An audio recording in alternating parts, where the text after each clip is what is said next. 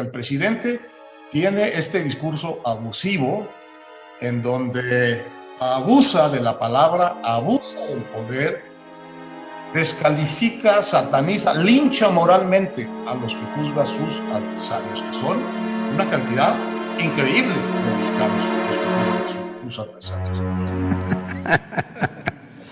Ya no me voy a reír porque después dicen que es una risa diabólica. Hola, ¿qué tal? Buenas noches. Queremos darle un saludo, una bienvenida a todos y a todas los que nos acompañan nuevamente en un nuevo programa de La Náusea Televisión que vamos a llevar a cabo. En esta ocasión nos acompañan Arsinoé, Andrés y Rafael, a quienes les mando un saludo y les doy las gracias por estar nuevamente con nosotros. En esta ocasión vamos a discutir sobre un tema que se puso en la luz pública hace aproximadamente 10 días, cuando salió un desplegado firmado por un conjunto, pues, sino de intelectuales, de académicos, de científicos, de personalidades que, bueno, reclamaban que la libertad de expresión está bajo asedio, sobre todo frente a los embates de López Obrador en ese espacio que tiene todos los días por la mañana, que son las famosas mañaneras. Pues bueno, es un tema sobre el que se ha discutido. Nosotros lo hemos abordado hasta cierto punto cuando hablábamos de la cuestión de este famoso comunismo y del grito que se pone cuando se supone que la Cuarta Transformación está atentando contra ciertas libertades. Pero bueno, pues yo les quisiera pedir a nuestros compañeros que nos hacen el favor de acompañarnos hoy día, si nos pudieran dar ciertas impresiones. A mí se me hace mucho como este cuento de Pedrito y el lobo que está gritando que ahí viene, nada más que ahorita el que está gritando es el lobo que vienen tras de él. Entonces, bueno, para que podamos ir empezando e introducir esta pequeña discusión que vamos a tener por un ratito, yo les preguntaría primero, muy breve, en un par de minutos, si pudiéramos definir en primer lugar qué es la libertad de expresión, cómo la tendríamos que entender, no nada más como un ente abstracto, sino en un régimen democrático y en particular, evidentemente, contextualizado en el México de hoy, en lo que pasa en términos políticos y sociales. ¿Cómo podemos entender la libertad de expresión? ¿Desde dónde tenemos que analizarla? ¿Qué es lo que podríamos abonar respecto a ello? Te pediría, Andrés, si podemos empezar con tus opiniones, por favor. Claro que sí, Héctor. ¿Cómo están todos? Buenas noches. Muchas gracias a todos por compartir nuevamente esta mesa de diálogo virtual. Sí, respecto al tema, bueno, habría que empezar diciendo básicamente que la libertad de expresión es sobre todo un derecho, ¿sí? Un derecho constituido, además, universalmente ante las Naciones Unidas en el siglo XX, en 1948, ¿sí? Donde se manifiesta o se decreta desde el contexto democrático liberal, que además tiene su antecedente y su fundamento filosófico histórico en la Ilustración, es decir, estamos hablando de la original Declaración de los Derechos del Hombre, ¿sí? En donde había artículos que perfectamente sirven como antecedente a esta nueva declaración del siglo XX, en la cual se incluye como garantía, ¿sí? Y como derecho la libertad de expresar una opinión, entre otra serie de libertades, sin que eso tenga una repercusión, ¿sí? O exista algún tipo de persecución, ya sea por parte de autoridades gubernamentales, institucionales, de grupos particulares, etcétera, ¿sí? Entonces, este derecho básicamente lo que garantiza, por lo menos de manera teórica, es que cualquier persona, mientras no atente contra la integridad o mientras sus declaraciones no tengan una repercusión que, digamos, de alguna forma perjudique a otra persona, no tiene por qué ser ni censurada, ni tiene por qué ser perseguida, ni sufrir algún tipo de represalia por expresar esta opinión, ¿no? Como decía, el antecedente es un antecedente moderno, estamos hablando de la modernidad del siglo XVIII, ¿sí? Y hay que entender en ese sentido, entonces, que este antecedente filosófico, en ese momento histórico, surge como muy importante porque tiene que ver con parte de una transición progresista y revolucionaria que empodera, como diría Marx en algún momento, a la burguesía frente a la aristocracia como dos clases sociales distintas. Entonces, en ese sentido, ese antecedente histórico es importantísimo, ¿sí? Porque obviamente es la consecución de un derecho, ¿sí? Y la entrada a un horizonte en todo el imaginario de la filosofía política en la que todo hombre inalienablemente tiene el derecho a la expresión. En ese momento es importantísimo. Pensando ahora en la libertad de expresión, digamos, en estos tiempos más posmodernos que modernos ya, habría que tomar en cuenta pues que independientemente que ese programa de la Declaración de los Derechos del Hombre no ha podido cumplirse a cabalidad en todo el mundo, pues hay muchos estados que de alguna forma han gozado bastante de estos derechos y como todo acontecimiento histórico sufre también una degradación, ¿no? En este sentido me gustaría sacar a colación las múltiples declaraciones que ha hecho Rafael Correa con respecto a la libertad de expresión y cómo utilizan ahora los medios de comunicación el tema de la libertad de expresión más bien como un ejemplo de chantaje, porque cuando son no censurados, sino cuando son interpelados en un muy legítimo derecho de réplica que existe y debe existir también ante o frente a toda libertad de expresión, que es parte de la misma libertad de expresión, los medios acusan inmediatamente censura. Entonces, Rafael Correa, que ha hablado mucho al respecto, muy atinadamente ha reconceptualizado esta libertad de expresión que los medios manejan y la forma en cómo chantajean a través de él y le llama libertad de extorsión, que es un fenómeno que creo que deberíamos también analizar bastante ahorita en la mesa de discusión, ¿no?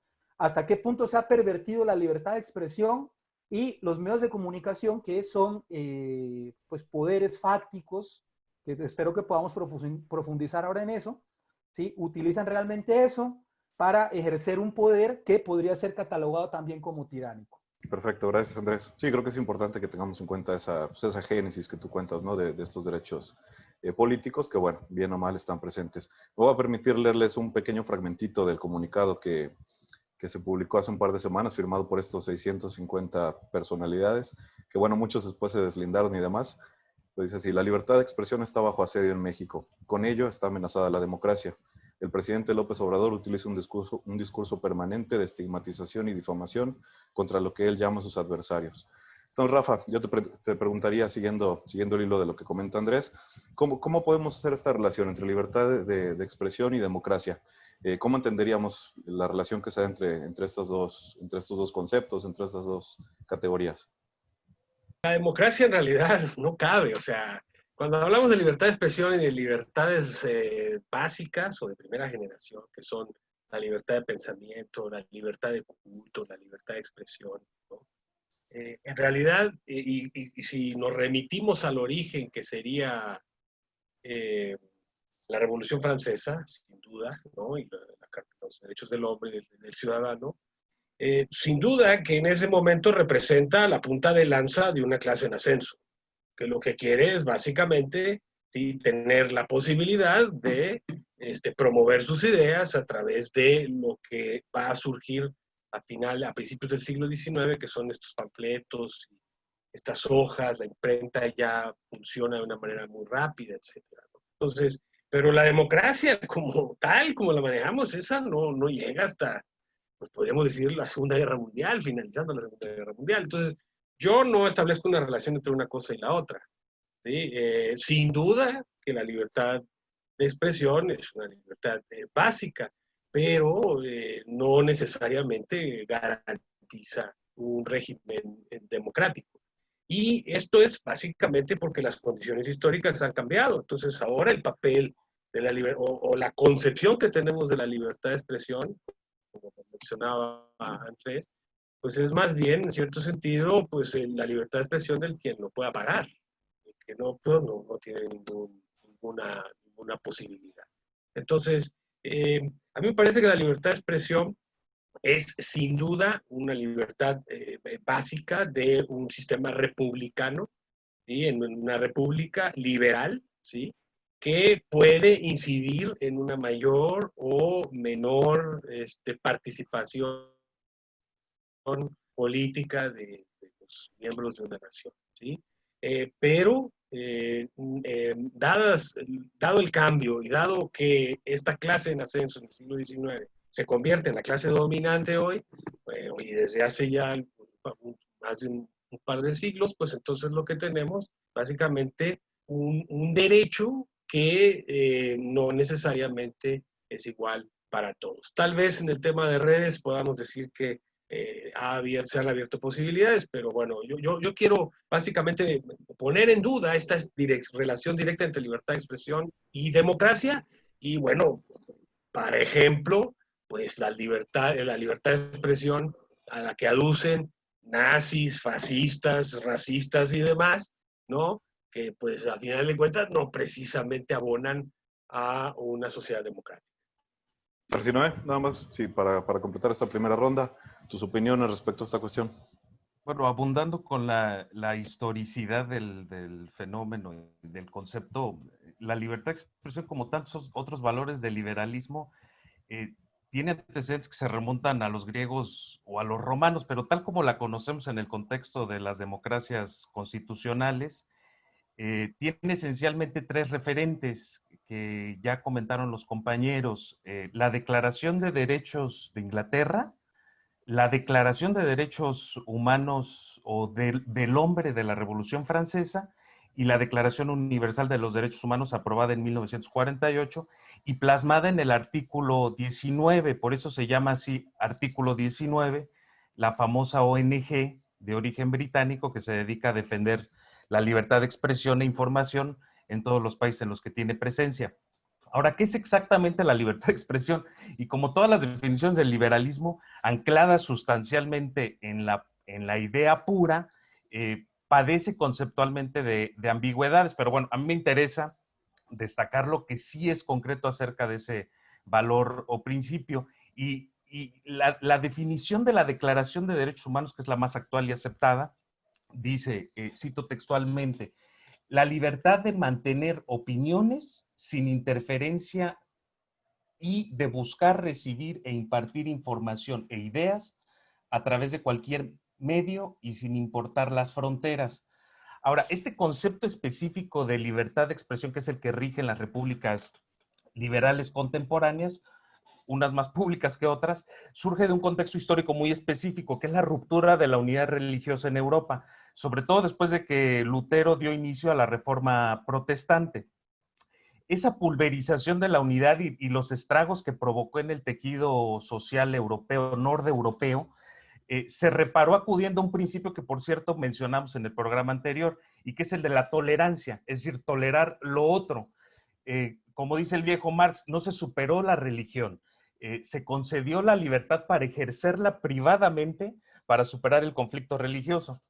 Y lo mismo ocurrió con los otros ámbitos humanos potencialmente conflictivos, por ejemplo, el comercio.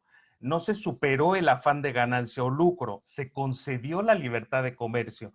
Y nótese cómo alrededor del principio de la tolerancia, es decir, la aceptación resignada de lo otro, surgieron las llamadas libertades liberales, la libertad de prensa, de asociación, de culto y de expresión, que es la que nos ocupa en esta oportunidad. Y básicamente así nace eso que llamamos liberalismo político, partiendo de la siguiente pregunta: ¿cómo es posible que exista por un tiempo prolongado una sociedad estable cuyos ciudadanos están profundamente divididos por doctrinas irreconciliables? Y una de las respuestas es la libertad de expresión. Es decir, la libertad de un individuo, una comunidad, de articular sus opiniones e ideas sin temor a represalias o interferencias. Y aquí viene lo fino del asunto.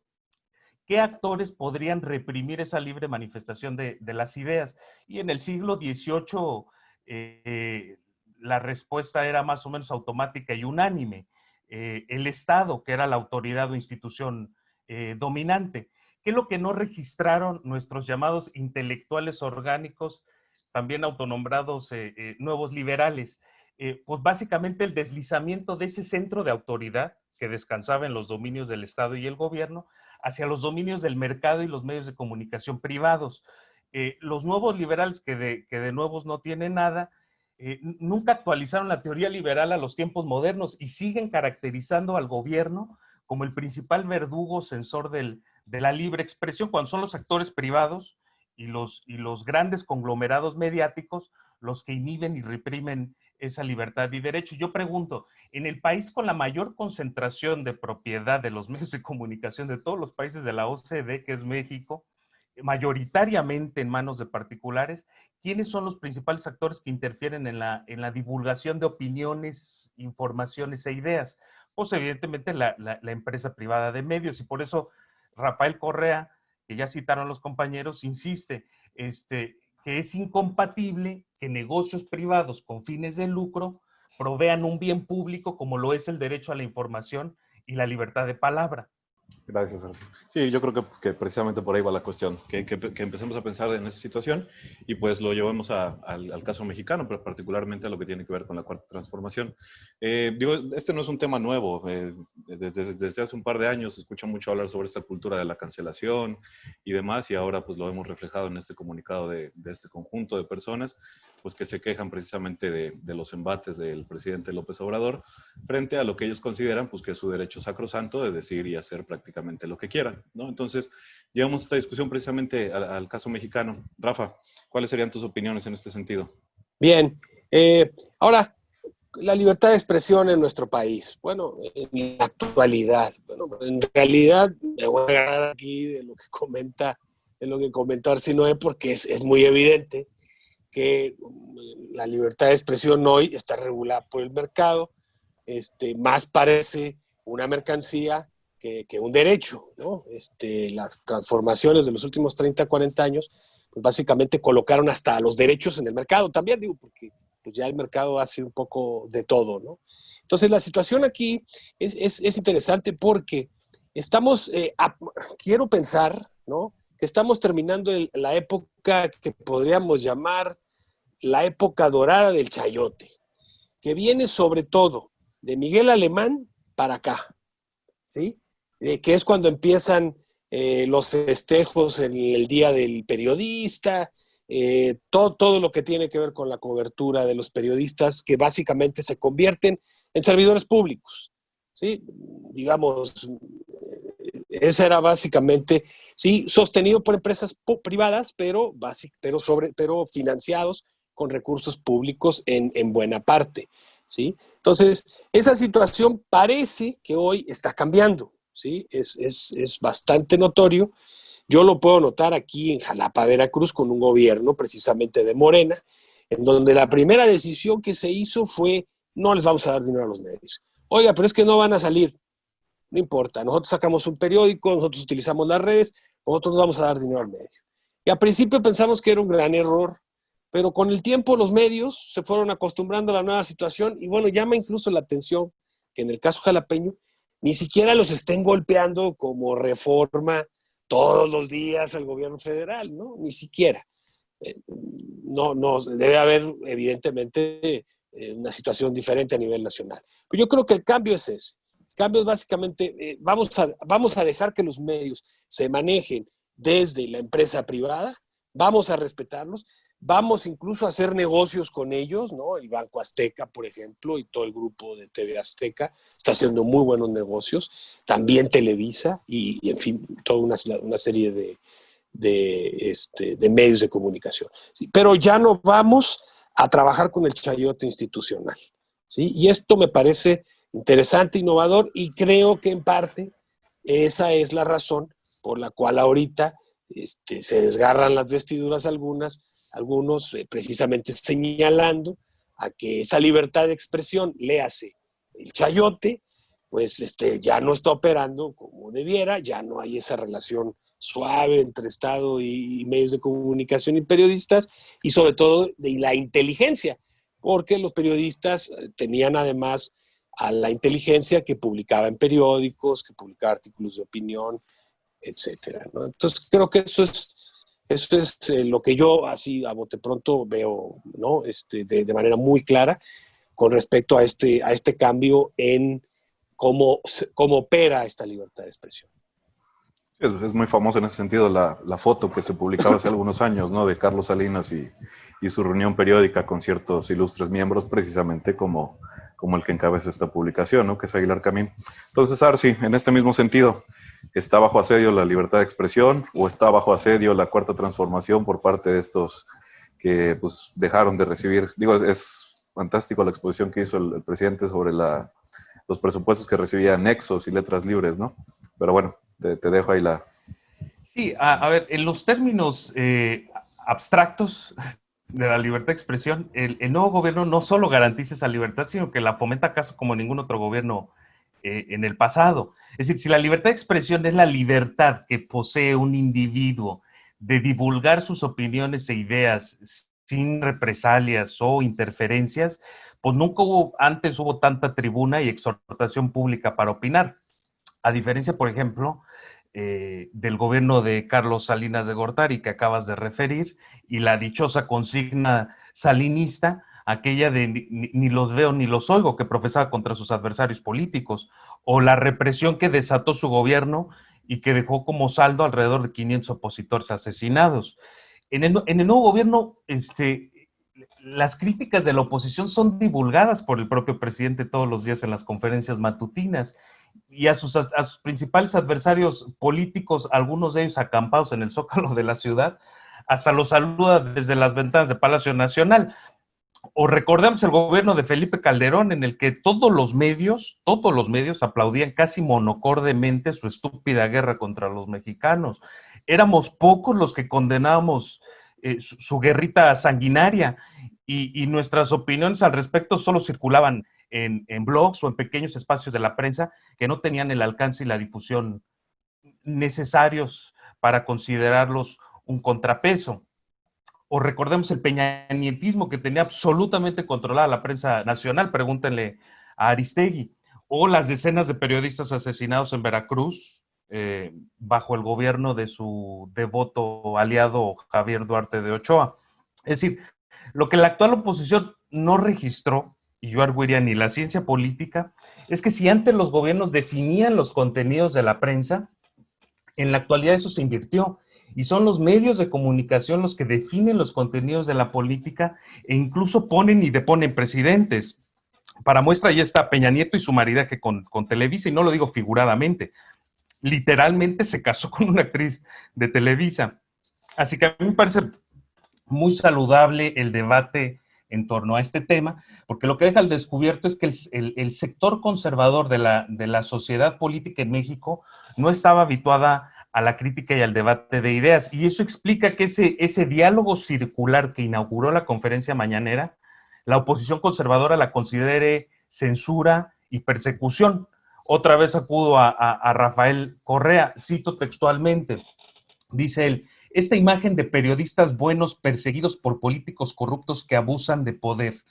Por un instante imagínense que puede ser lo contrario, periodistas corruptos que abusan del poder persiguiendo a políticos honestos. Eso pasa frecuentemente en América Latina, y es cierto, lo que más vemos en América Latina es ese segundo fenómeno que él descubre o que él señala. En todo caso, censura es que sus opiniones no gocen, opiniones de la oposición conservadora, de espacios para la divulgación. Y ahora esas opiniones no solo disponen de casi la totalidad de los medios de comunicación tradicionales, sino también de los espacios oficiales, por ejemplo, la mañanera. Ahora, en los términos concretos de la libertad de expresión y siguiendo la argumentación del buen Correa, el principal enemigo de ese derecho, insisto, no es el gobierno, sino la empresa privada. El mercado de las comunicaciones en México continúa avasalladoramente dominado por dos empresas poderosísimas: Televisa, que es la mayor empresa de medios en el mundo de habla hispana, y TV Azteca, cuyo dueño, por cierto, e inexplicablemente, es amigo del presidente.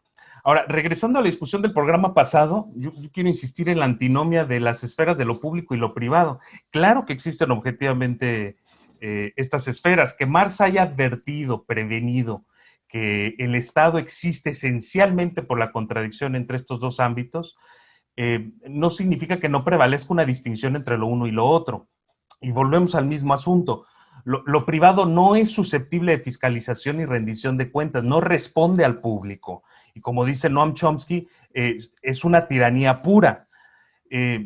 Fíjense, el propio presidente dijo hace poco que alrededor del 70% de las notas de la prensa escrita son adversas a la Cuarta Transformación, y eso es sintomático de una restricción a la libertad de expresión, porque evidentemente no refleja la realidad de la opinión pública. ¿Cómo explican que en la mayoría de las encuestas la aprobación del presidente ronda el 70% y a la par el 70% de las notas de la prensa escrita sean adversas a su gobierno. Ahí hay una contradicción flagrante. Entonces, lo que yo quiero destacar es que estos desequilibrios no se van a resolver exhortando a los actores privados a que se apeguen a la objetividad. Es decir, en México hace falta una reforma, una ley de medios que regule las comunicaciones similar a la que promulgaron en Argentina en 2009 y que repartió el espectro comunicacional, es muy interesante, en 3 partes. 33% a medios privados con fines de lucro, 33% a medios públicos gubernamentales y 33% a medios comunitarios o privados sin fines de lucro. Entonces yo insisto, sin una reforma profunda en México, difícilmente se podrá respetar a cabalidad eso que el propio liberalismo define como libertad de expresión. Sí, gracias, Arci. Y yo creo que precisamente una reforma como esa es la que están esperando gente que está ahorita acampando en el Zócalo. Bueno, más bien en el Hilton, pero con sus tiendas de campaña ahí, para ahí poner el grito en el cielo y decir que ya somos comunistas. Andrés, en este mismo sentido, tus reflexiones respecto a la 4T, al presidente y la libertad de expresión.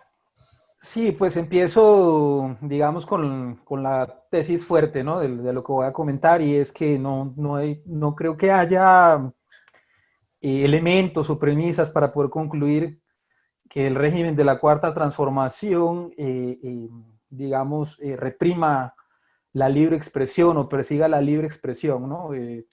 Como ya lo mencionan de alguna forma Arcinoe y Rafa, pues realmente lo que están haciendo ellos es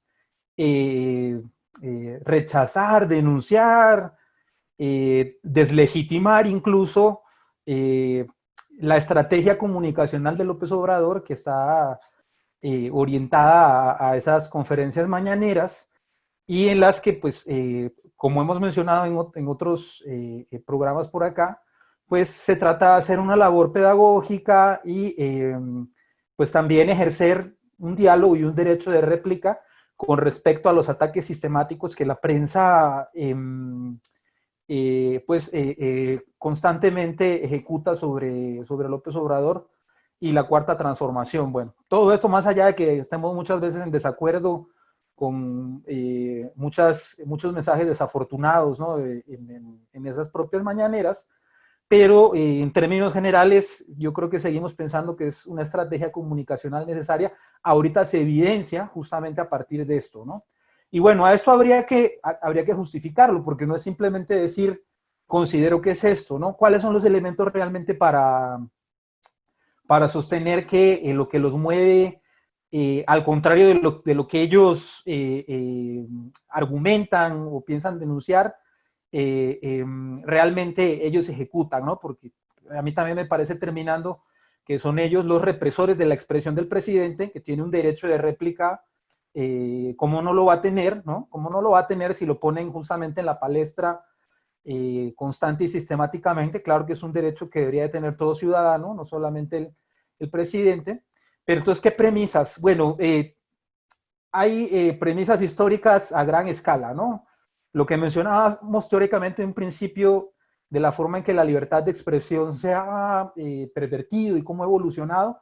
Bueno, todos estos autonominados intelectuales que ahora firman la carta y denuncian la represión, tratan el problema de la libre expresión como si estuviéramos justamente en el contexto de la Ilustración y ellos fuesen burgueses en un camino de empoderamiento ante aristócratas que los tienen reprimidos, ¿no? Y abordar el problema desde esa perspectiva pues es completamente anacrónico, porque a pues casi 3 siglos de distancia, ¿no? de ese contexto, pues hemos visto perfectamente que la burguesía se ha levantado, ha evolucionado con un poder económico que pues no ha sido una cosa insignificante, pues ha llegado a someter básicamente a la sociedad global, ¿no? Esto es algo además que Marx no advertía cuando profetizaba la revolución del proletariado. Marx no sabía que el progreso histórico, si es que tal cosa existe, porque además lo dudamos ya a estas alturas,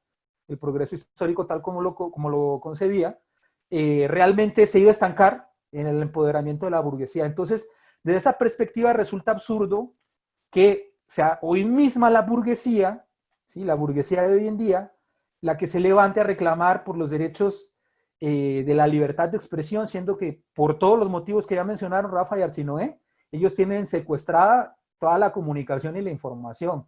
¿Sí? Como mencionaban por ahí, la expresión es de quien pueda pagarla. Los medios de comunicación son empresas privadas, ¿sí? Por eso salió en esa lista, y esa es otra premisa importantísima, Héctor Aguilar Camín ahí con Nexos, Enrique Krause con Letras Libres, que son dos de los principales promotores y promulgadores de esta pseudodenuncia, en la que además hay que decirlo, ha habido denuncias que utilizaron la firma de varios personajes de forma, ¿cuál es la expresión? Pues sin tener un permiso Apócrifa. de utilizar, sí, de forma apócrifa, ¿no? Sin tener permiso para utilizarla. Yo no sé si ese es el ideal de libertad de expresión que Aguilar Camín y Krause están defendiendo, porque vean nada más que atropello tan brutal, ¿no? Entonces, bueno, ya eso habla de la calidad moral de muchos de los ahí firmantes y de los principales promotores de semejante tontería, ¿no? Entonces, eso por una parte, todos esos intereses económicos que ellos están perdiendo. Y bueno, yo por ahí enlisté, incluso había enlistado una serie de acontecimientos históricos ya concretos del México contemporáneo, en los que ha habido graves atropellos a la libertad de expresión. También por ahí Arsinoé mencionaba algunos, ¿no? Con Echeverría tuvimos por ahí un antecedente fuerte en los 70s con la salida de Julio Scherer y su equipo de Excelsior, donde sí hubo una intromisión directa del gobierno en turno hacia un grupo de periodistas dentro de un medio de comunicación, dio el inicio a Proceso, tuvo un resultado afortunado, porque Proceso, a pesar de que se ha degradado ahora a partir de la muerte de Julio Scherer, pues ha sido muy importante justamente como un ejemplo de periodismo en México, ¿no? Pero por ahí está una denuncia que hizo Marta Sagún cuando Fox llegó al poder, al propio Proceso, ¿sí? Y esto por enlistar algunos ejemplos que verdaderamente significaron atropellos. Las constantes salidas de Carmen Aristegui de los distintos medios de comunicación. Ella salió de MBS, pero antes de salir de MBS salió de se me olvidó el otro grupo, Imagen. También tuvo problemas en Imagen, y en MBS tuvo dos problemas diferentes. Y los problemas por los que salió están perfectamente documentados. Problemas con los regímenes de Felipe Calderón, con los regímenes de Peña Nieto, por el tema de la Casa Blanca, por la masacre de Tlatlaya, etcétera. Problemas políticos muy importantes que ella denunció y que sí se pudieron en su momento evidenciar históricamente como atentados contra la libre expresión de parte no solo del Estado, sino de grupos de poder que gobiernan de facto, ¿sí? Y bueno, todos estos intelectualillos orgánicos, que ya no son orgánicos porque se disolvió el organismo al que pertenecían, en ningún momento esto les interesó, ¿sí? Entonces parece una falacia de tuo quoque, pero no es realmente una falacia, porque cuando hablamos de acusaciones, la calidad moral del que acusa, ¿sí? Y su respuesta frente a otro tipo de fenómenos históricos de ese calibre es muy importante realmente para entender cuál es el trasfondo de lo que supuestamente dicen defender, ¿no? Entonces, yo creo que esto perfectamente sostendría el por qué dentro de lo que ellos denuncian no hay un ataque a la libertad de expresión, ¿sí? Gracias, Andrés. Sí, precisamente yo creo que lo que tendríamos que recordar es que uno de los mitos más grandes de la modernidad, si no es que el mito fundacional de la modernidad, es la cuestión de la universalidad. Entonces suponemos que todas estas libertades, incluyendo la libertad de expresión, es universal, cuando lo cierto es que nunca lo ha sido. Y en ese sentido, a lo mejor hasta tiene razón Aguilar Camín y sus compañeros.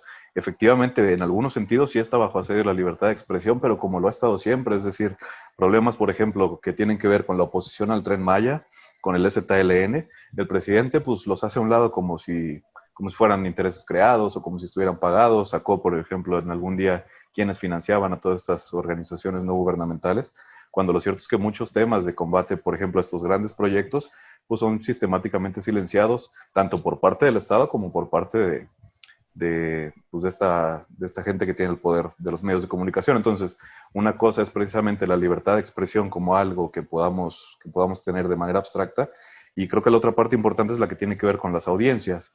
Entonces, precisamente en ese sentido, yo quisiera llevar esta discusión a un último tema para ir cerrando, y pensar en cómo los medios los medios convencionales han quedado completamente rebasados por lo que es el auge del Internet, del YouTube, de las benditas o malditas redes sociales, y que podamos discutir un poquito al respecto.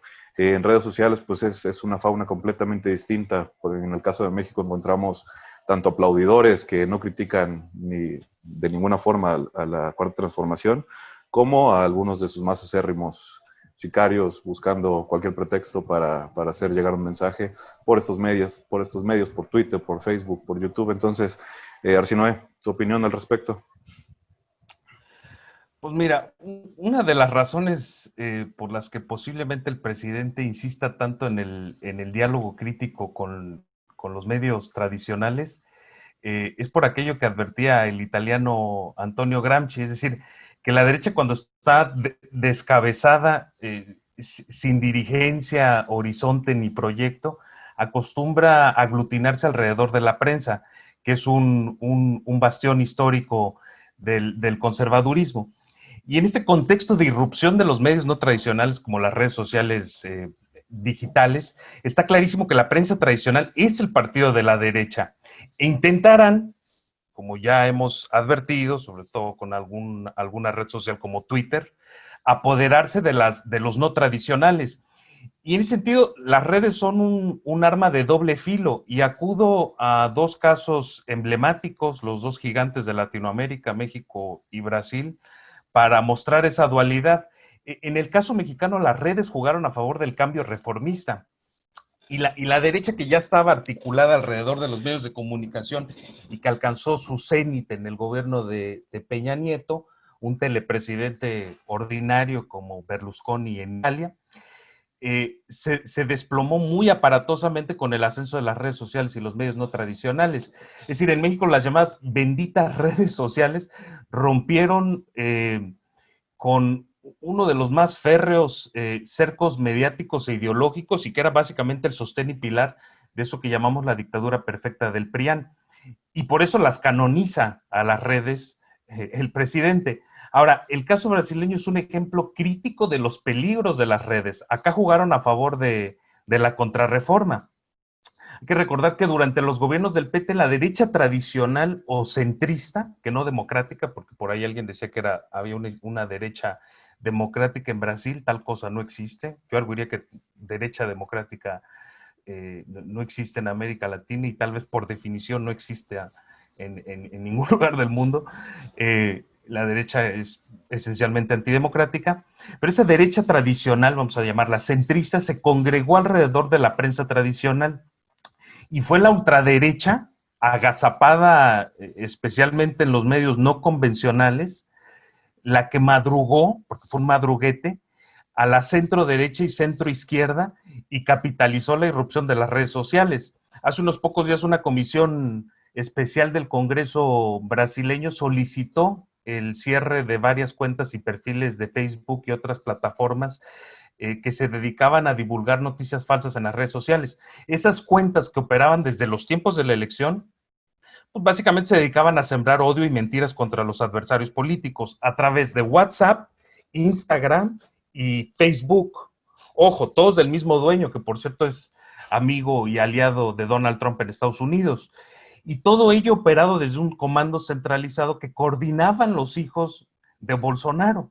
Ese grupo, que ya es considerado una asociación criminal, la bautizaron en Brasil como el Gabinete del Odio. Ahora, es cierto que Facebook aceptó cerrar esas cuentas que diseminaban las fake news, pero el daño ya estaba hecho, y Brasil hoy tiene lo que yo llamo el peor presidente latinoamericano de todos los tiempos, elegido en las urnas. En fin, tomando en consideración estos dos casos altamente representativos, pues está claro que las redes irrumpen como cualquier otro dispositivo de comunicación, con las respectivas contradicciones. Y evidentemente será un campo de batalla y disputa política como cualquier otra innovación tecnológica y comunicacional. En ese sentido, es una falsa disyuntiva aquella de regulación sí o regulación no. La pregunta que corresponde formular es: ¿quién regula? ¿No? Y evidentemente la respuesta debiera ser la sociedad, a través de instituciones representativas de gobierno, sino ¿quién? Obviamente Facebook y las otras empresas defienden la autorregulación, pero ya vimos en qué acaba eso de la autorregulación. En monstruos como Televisa en México o Red Globo en Brasil y en presidentes también más o menos monstruosos como Donald Trump y Bolsonaro. Sí, lo cierto es que estamos viendo precisamente para el caso mexicano, pues que está poco a poco sucediendo lo que comentabas para el caso brasileño, ¿no? Todas estas convocatorias, tanto de Lozano como gente, incluso Ferriz de Con se quejaba amargamente de que los grandes medios tradicionales no reproducían sus kilométricas marchas en vehículos del año, ¿no? Entonces, pues, digo, si no fuera tan preocupante en ese sentido, sería una cuestión para hacer una comedia de casas de campaña vacías y 20 coches de lujo pitando por el centro de las ciudades. Pero lo cierto es que tienen ese poder de penetración, las redes sociales, en muchos sectores de la sociedad mexicana. Andrés, en ese sentido, ¿tú qué opinas? Bueno, el tema de las redes sociales es importantísimo. Tendremos que hacer en algún momento una discusión exclusivamente porque hay muchísima tela de dónde cortar, ¿no? Pero bueno, empezando por un punto que empate este fenómeno de las redes sociales hoy en día con lo que estamos discutiendo inicialmente, pues hay que entender que como funcionan actualmente, por lo menos las redes sociales, pues son medios de difusión masivos que están ganando muchísimo terreno y a una velocidad impresionante con respecto a lo que llamábamos medios convencionales.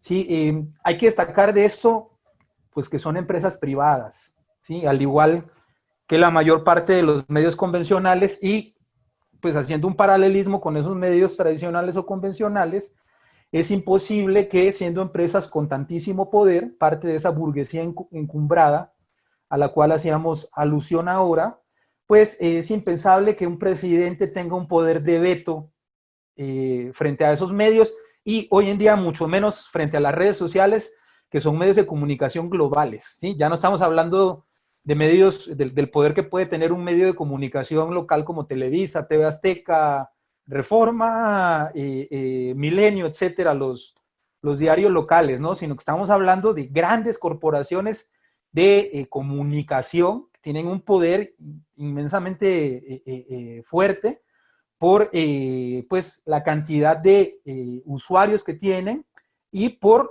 la renta económica que han logrado recoger a partir de esas redes de comunicación. Entonces, en ese debate de Correa con los medios de comunicación, habría que tomar en cuenta justamente que si a los medios convencionales un presidente electo no los puede evitar, porque como decía Correa, ganar hoy en día unas elecciones no significa tener realmente un poder de facto. Hay diferentes poderes de facto en todas las sociedades contemporáneas, ¿no? Ganar una elección no significa llegar a gobernar todas esas dimensiones del poder, que una de esas es justamente la información, ¿no? Entonces, en ese sentido, las redes sociales como Facebook, Instagram, Twitter, todas esas mencionadas se perfilan y ya de manera inmediata, ¿no? No solamente como el ejemplo hegemónico de la información, sino incluso con un poder que traspasa las fronteras de ese universo comunicacional y va hacia la influencia política, ¿no? Lo hemos visto justamente con Zuckerberg, en esa alianza de Trump que Arsinoe menciona, el escandalazo de Cambridge Analytica, ¿sí? Lo cual quiere decir que no solamente controlan la expresión y la información en el sentido de que nadie los puede vetar, ¿sí? Nadie los puede vetar a ellos, sino que ya se han dedicado de manera sistemática a influenciar a la población, que ese es el gran escándalo de Cambridge Analytica. O sea, el problema de la expresión al que nos vamos a enfrentar, o cuando estamos enfrentando ya frente a las redes, ya no tiene simplemente que ver con un asunto de qué es lo que externo, sino realmente las propias redes sociales, de qué me llenan la cabeza, como para que yo pueda tener una opinión al respecto. ¿Ven? Y ese es un problema, digamos, o por decirlo de alguna manera, fractaliza realmente el problema de la comunicación. ya la pregunta no se reduce a la libertad de expresión, sino a qué tan ético es lo que hoy está de moda en las redes, que es influenciar, y de qué manera influenciamos, ¿no? Hoy en día lo de las redes sociales son los influencers, ¿sí? Y pues todo eso con fines económicos, ¿sí? Pero con fines económicos influenciamos a la población para que tenga tendencias de consumo, para que tenga tendencias de voto, y eso está perfectamente estudiado y demostrado cómo las redes sociales lo operan, ¿no? El asunto del Big Data, las grandes cantidades de información, cómo la inteligencia artificial las decodifica, las interpreta, ejecuta campañas electorales que son prácticamente individualizadas, ¿no? Eso solamente lo puede hacer la inteligencia de la computación a gran escala, ¿sí? Generar campañas electorales de forma prácticamente individualizada y personalizada, perdón, en base a tus hábitos de consumo de información en redes sociales y de consumo en general, ¿no? Entonces, el problema que las redes sociales nos confrontan va mucho más allá, y concluyo con eso, del asunto de la libre expresión, sino nos pone realmente ante la antesala de un totalitarismo de las plataformas de comunicación, en el sentido de que engendran la muy nefasta y peligrosa posibilidad de una alienación total de la sociedad, justamente a partir de lo que difunden de manera propagandística en sus plataformas, ¿no? Sí, yo creo que va en el sentido precisamente de lo que comentaba Arsinoe, ¿no? De las dos caras de la moneda de esta situación. Digo, tampoco es algo estrictamente nuevo. Hablábamos ya desde la elección de Obama, por ejemplo, el papel que habían tenido las redes sociales, las famosas, la primavera árabe, ¿no? Hace ya una década, poquito más de una década, que, pues bueno, exagerando evidentemente, pero pues se decía la primera revolución que se hizo por Twitter.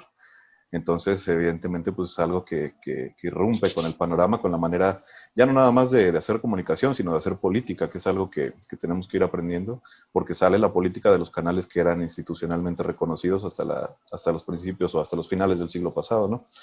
Entonces, bueno, ciérrala, Rafa, para que vayamos dejándola por acá. Bueno, claro que sí. Quiero empezar con algo que me gustaría, que te mostraría un poco cuál es en realidad la libertad de expresión, ¿no? Cómo funciona. Imaginemos que estamos 50,000 personas en el estadio, ¿sí? Y todos tenemos libertad de expresión. Pero solo los que hablan en el micrófono los escuchan todos. El resto, usted puede estar gritando, es más, usted puede estar diciendo algo que es verdadero, que es súper importante, lo puede publicar en la red, lo pone en su Facebook, lo pone en ¿y sabe qué va a pasar? No va a pasar nada. Nada, absolutamente nada. ¿Sí? Y de aquí paso entonces. ¿Para quiénes son los derechos? ¿Para quiénes están pensados los derechos? Pues para los ciudadanos, no para el Estado. Eso es para los ciudadanos. Entonces, cuando el Estado dice, es que me quieren coartar mi libertad de expresión, no, si los derechos no son del Estado, no, son de los ciudadanos. Entonces, aquí hay una confusión, ¿sí? Que probablemente, no sé, yo no suscribo desplegado, pero probablemente por ahí va la cosa. Es tan poderoso el micrófono que tiene que acalla muchas de las otras opiniones, ¿sí? Y no es el micrófono de Andrés Manuel, es el micrófono del Estado mexicano. Que, o sea, nomás falta que nos salga como Fox, ¿no? ¿Se acuerdan? Que Fox era presidente de 8 de la mañana a 7 de la noche. Ya después, pues ya no, él ya era ciudadano, ¿no? Entonces ya podía hacer y deshacer. Creo que Calderón se lo copió, pero creo que Calderón a las 3 ya cerraba el changarro, porque pues ya era la hora de la botana y pues de ahí para el Real, ¿no? Entonces, pero a final de cuentas, vamos, a lo que voy es que la libertad de expresión, sí, pues todos tenemos ese derecho, sí, pero por alguna extraña razón, algunos tienen mucho más posibilidades de amplificar su opinión que otros. Entonces, pues sí, todos la tenemos, sí, muy padre, pero nosotros somos testigos de que decimos muchas veces cosas, nadie nos oye, y luego viene y las dice fulanito que tiene 250,000 seguidores o medio millón de seguidores o más, y entonces todo el mundo dice, pero claro, ¿no? Cuando se había dicho eso hace un año, pero como no tienes este micrófono, pues no te escuchan. Entonces, digo, para poner yo lo quería poner desde esa perspectiva, porque precisamente lo que está haciendo este grupo, ¿sí?, es utilizar esa presencia y esa identificación que tienen con la ciudadanía para precisamente, en mi opinión, construir una oposición, porque no hay oposición organizada. Entonces, estos personajes lo que están básicamente intentando es establecer un foco de oposición, ¿sí?, utilizando esa capacidad de poder difundir a través de la marca que ellos ostentan, que no es más que Krause, Aguilar Camín, etcétera, el nombre de las personas, que es la marca, ¿no? Entonces, evidentemente les molestó mucho que les levantaran la falda y que se viera que en realidad pues habían estado viviendo el Estado. Pero bueno, eso no es privativo de ellos, y como lo había yo comentado, eso es privativo de toda la prensa en general. Y quiero terminar con lo de las redes porque, en mi opinión, profundiza la dominación empresarial sobre los medios de comunicación. O sea, la pone al cubo. Acá, por ahí ahorita se está mencionando mucho este documental que salió en Netflix, ¿no? Que se llama Las redes, el dilema social o algo así, ¿no? Que plantea que precisamente, ¿sí?, ahora el poder del algoritmo y de la inteligencia artificial para ubicar, ¿sí?, estilos de vida y de consumo, para enviar específicamente información de acuerdo a eso, pues es, digamos, lo que hace que se pueda pensar, por ejemplo, que efectivamente si tú tienes el suficiente capital para hacerlo, puedes básicamente pagarle a Facebook o a Twitter para que, sí, en el retroécano de las probabilidades, pueda difundir el mensaje de manera personalizada, como lo decía Andrés. Y entonces aquí ya tenemos una situación que el periódico nunca soñó, y que incluso la televisión nunca soñó. Información personalizada. Usted antes veía a Jacobo Zabludowski y todos los mexicanos veíamos lo mismo. Y leías el Excelsior y leías las mismas noticias. Ahora no. Si tú quieres informarte a través de Facebook, ¿sí?, te van a mandar noticias de acuerdo a lo que consumes, a lo que piensas, a lo que dices, a cómo vistes, a tu estilo de vida. Entonces, eso es todavía más poderoso, ¿sí? Porque entonces ya no se trata solamente de persuadir, como los medios tradicionales lo hacían, sino en modificar, ¿no? La visión del mundo, el comportamiento, ¿sí?, la forma en la que las personas se ven a sí mismas. Entonces, a mí me parece que las redes, digamos, vienen básicamente a darle una vuelta de tuerca más a esto del control, a esto de que es en realidad el mercado el que está controlando la producción de noticias, y esto deviene básicamente con la industrialización de los medios, sobre todo de los periódicos. El Ciudadano Kane es una película ampliamente recomendable para mostrar precisamente esta situación y cómo los dueños de los periódicos devienen burguesía, devienen capitalistas y deja ese periodismo no romántico, este periodismo más bien combativo de denunciar al poderoso, de controlar el poder del Estado. Sí, bueno, pues hoy, digamos, es exactamente lo contrario, no son ellos básicamente los que influyen. Entonces, pues yo diría que es un tema importante. Yo diría que no hay que descuidar.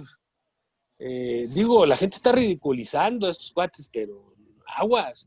Yo recuerdo, no sé ustedes, hace 20 años, 15, en 2000, sí, 2001, así empezó la oposición en Venezuela. Y hasta la fecha la oposición en Venezuela sigue siendo mínima, ¿sí? Mínima. No son grandes masas de oposición, no lo son. ¿Sí? Entonces, bueno, habrá que tener cuidado porque las condiciones pueden cambiar. El factor clave aquí es si los Estados Unidos van a apoyar esos grupos o no. Por el momento parece que no lo van a hacer, pero ¿y si eso cambia? Esas 500 o cuántos eran, 150 casitas de campaña en el Zócalo, sí, agréguele usted 3 ceros. Esto lo estamos viendo también en la frontera rusa. Es decir, los dólares financian ese tipo de actividades. Entonces, bueno, yo creo que habrá que tenerlo presente. Es un tema de libertad de expresión. Yo insisto, la libertad de expresión debe ser para los ciudadanos. Son los ciudadanos a los que debe, en primer lugar, beneficiar. Y no que sea el Estado el que la defienda, ¿no? Eso sería, colegas. Gracias, Rafa. De mi parte. Gracias. Pues sí, recordar, pues nada más poner ahí el paréntesis de que así como la libertad de expresión no es para todos, pues ciudadanos no somos todos tampoco, al menos no en el mismo nivel.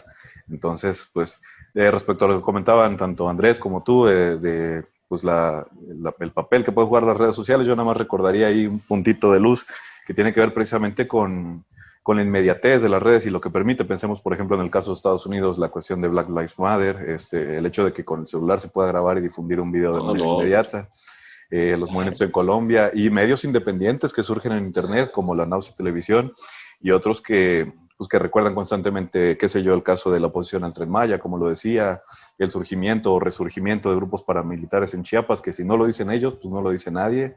Entonces, pues algo por ahí se puede rescatar.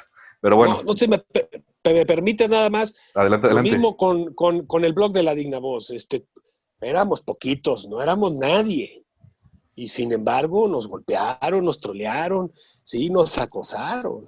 Porque a final de cuentas, sí, la gente leía de repente nuestras cosas y circulaban. Entonces, sí, no niego esa parte, sin duda. Las redes, vamos, sí, como dices, hacer lo que estamos haciendo ahora, ¿no? Al final es una cuestión de audiencias y bueno, poco a poco la náusea también por ahí va a estar en el top. Entonces, yo les agradezco a todos, les mando un fuerte saludo y un abrazo hasta donde residen y por acá nos encontramos próximamente. Gracias, que estén bien.